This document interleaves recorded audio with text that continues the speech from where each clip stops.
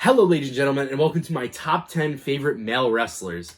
Now let's get into this. What do I consider to be my favorite wrestlers? Well, a favorite wrestler is someone you are always rooting for, no matter how stupid the match is, no matter who they're facing, you always are pulling for them to win. Of course, this list is constantly changing, but this is my most recent version of the list. Eventually, I will be doing a top 10 tag teams and possibly top 10 women. The only rule for this video is that they have to be a singles wrestler, and if they are in a tag team, I can only focus on their singles matches. One more thing I should mention is there is no specific order to this list. I'm just kind of naming them as I go, so let's get into it. Warning, I am a Bullet Club mark. Before we get into the main list, I wanted to share some of my favorites from the past that slowly died out for me for various reasons, but I'm not going to share all of that right now. Maybe a video for another time. This category consists of Seth Rollins, Orange Cassidy, MJF, Brock Lesnar, Aleister Black, Xavier Woods, Darby Allin, Johnny Gargano, Drew McIntyre, Hiromu Takahashi, Shane McMahon, and Lance Archer. Now, there are plenty of other favorites I've had over time. You could probably check off the entire AEW roster for that, but I tried to narrow it down to some of the other ones that I think affected me a little bit more. At number 10, we have Rey Fenix. I know starting right away with a tag guy, but I'm really looking at his single stuff here. Rey is an insane wrestler. He has some of the craziest spots I've ever seen in my life. While his promo skills might not be the best for an American viewer, his in-ring work speaks for him so much. There is no exaggeration when I say don't blink or you'll miss it. Seriously, you can walk out of the room for 30 seconds, and when you get back, you'll have missed 8 mind-blowing spots. Rey Fenix is possibly the greatest lightweight wrestler on the planet, and he has every right to be on this list. I have a small feeling you might see him on the tag list as well. Number 9 gives us Bray Wyatt, aka The Fiend. Now, Bray has always been a favorite wrestler of mine before The Fiend, and before I was the wrestling mark I am today.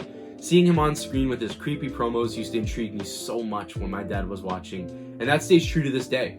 Bray Wyatt is one of the most creatively talented wrestlers. It is a true shame that so many times his ideas are oppressed by the stupid decisions and creative restraint. The Fiend gimmick, while the booking is extremely flawed and pretty terrible, will still be one of my favorites of all time. Bray's in-ring work itself is also great, using that hard-hitting style, and of course, how can you not love Sister Abigail? Bret Hart takes number 8 as the only old-school legend on this list.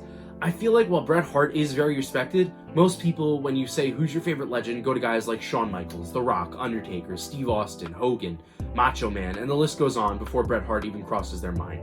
For me, I've always thought of Bret Hart as the greatest legend of all time. His in-ring work is unmatched to this day, and nobody can use that technical and on-the-mat style like he could. His attitude with his promos were great. He had a character where it didn't matter whether he was a face or a heel, it was great.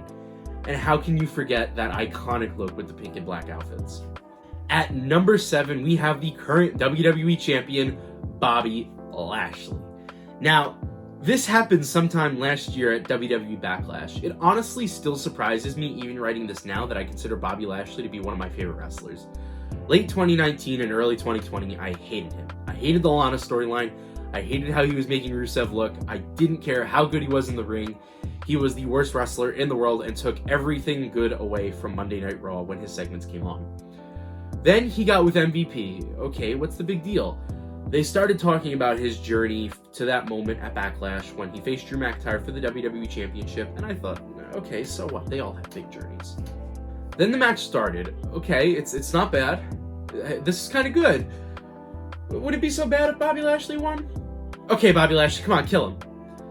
And it hit me that Bobby Lashley was extremely talented in the ring, and that it wasn't his fault I hated him so much. It was the booking. Then he started gaining real traction, and I started really getting on board the Lashley train. He won the US title, and I started looking at his old TNA matches. Holy crap, this guy's a beast. And if that wasn't enough confirmed, he was a favorite at that point. The night The Miz won the title, I realized what had happened between Miz and Lashley. I wanted nothing more than to see Big Bob's with that belt. And now here we are, and I'm begging for him to walk out of Mania as a champion. Up next at number 6, we have Moose. Good God, is Moose amazing. The dude is 6'5" and 295 pounds, and he can move like a cruiserweight. His spear hits harder than anyone else who uses that move. Harder than Roman Reigns, harder than Edge, harder than Goldberg. It does not matter. The way that man transitions his weight is mind-boggling. The amount of heart Moose has for the company is amazing. I was pissed when Rich Swann beat him for the unified titles. Moose is easily the most talented and hardest hitting wrestler in Impact and possibly even TNA history. Holy crap. Someone just give this man a damn world title, please. Really quick before we get to number 5, I just want to tell you, stick around for number 1, because while it's not my top wrestler, I do think you'll be a bit surprised. The next couple are Bullet Club entries, just so you know. At number 5, we have the man who started a revolution, Prince Devitt, more commonly known as Finn Balor. Balor is one of the greatest wrestlers in recent WWE memory. His in-ring skill is amazing. He can do everything from technical work to high-flying spots to selling moves perfectly.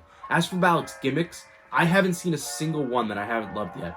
Of course, you have Prince Devitt, where he began the Bullet Club, and when he came to WWE, he had Smiling Balor, a classic with a much darker side known as the Demon, was absolutely awesome. And of course, the most recent gimmick, the Prince, is just phenomenal. His work in NXT is great, and I think he 100% deserves a spot among this list. Then, of course, at number 4, you knew he'd be on here, Kenny Omega. Do I need to say anything? I mean, Jesus Christ, just go watch the Okada matches. Go watch the Ibushi matches. Go watch the little girl match. As much of a gimmick as the whole wrestling god thing is it really even a gimmick at this point? The man's moveset is unmatched. The V-trigger, the Snapdragon suplex, double underhook pile driver, Kotaro crusher, and of course, how can you forget about the most protected finisher in wrestling history, the one-winged angel? Kenny lives up to the name Best Bout Machine. His matches are consistently good, and he is easily one of the funniest wrestlers we've seen recently. At number 3, we have the phenomenal AJ Styles, another man with a phenomenal moveset. The calf crusher, the phenomenal forearm, the Pele kicks, and his signature finisher, the Styles Clash.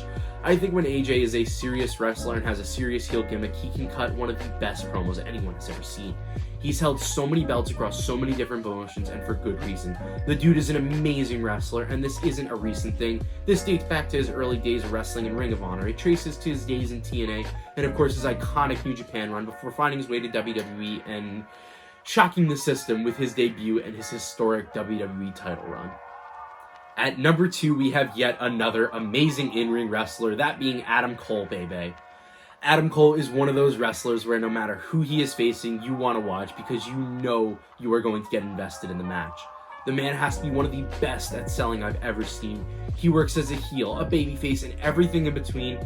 I mean, I can go on and name just some of the amazing matches he's had over the years. I mean, I won't, but yeah, I will.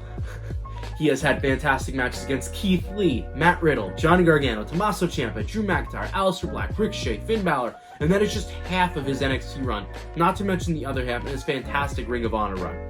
The future has so much to hold for Adam Cole, and I can't wait to be there to see. Here's to if Drew McIntyre wins at Mania, Adam Cole attacks him and debuts, reflecting his arrival in NXT. And before we get to number 1, I just wanted to put in a few honorable mentions. Different from the first segment, these are guys that were very close to making the list, but they weren't in the top 10. So, we have 4 honorable mentions. The first being Pentagon Jr., the brother of Rey Fenix. Pentagon is another amazing wrestler who can hit so many spots, but unfortunately, he only just misses the cut for the list.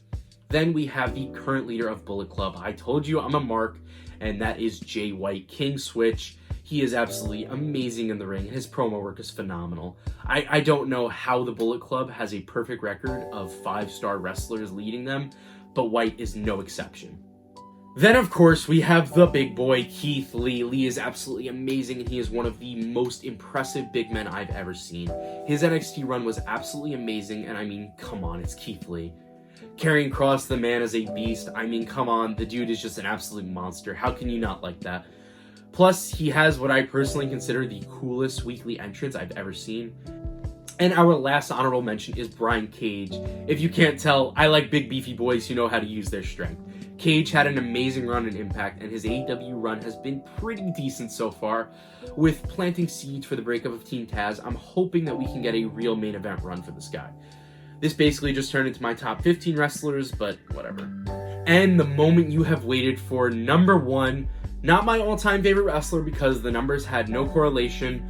You likely didn't guess this. Pac. This man is a wrestling god. He has some of the craziest spots I have ever seen. There is no contest when I say Pac has my favorite wrestling finisher of all time. The Black Arrow is insane. His time in NXT was amazing. His time in the UK Indies was amazing. And of course, his AEW run has turned out to be very promising so far. I think out of everyone in AEW roster, Pac is the one I'm rooting for to eventually beat Kenny Omega for the world title, seeing as they had some of the greatest matches in AEW history. I don't think I need to enforce the idea that Pac is amazing anymore, but I will say this. Go watch the 30-minute Iron Man match between him and Omega. Please, that match is wild. But with that said, that is going to do it for my top 10 male wrestlers. You can expect to see in a few weeks' time part 2 of my favorite wrestlers being my favorite tag teams. Then you'll see my favorite women's, and maybe we'll continue it from there with some more specific videos. I'm trying to do some unique things with the videos, seeing as just about every video so far has been a review of a pop or showcase. Some videos I have planned are showing off my custom LEGO Star Wars Mandalorian throne room figures. I know the video game playlist is very empty at the moment, but I promise it's coming soon. Other than that, I am trying to work on some more original content that you can only find here.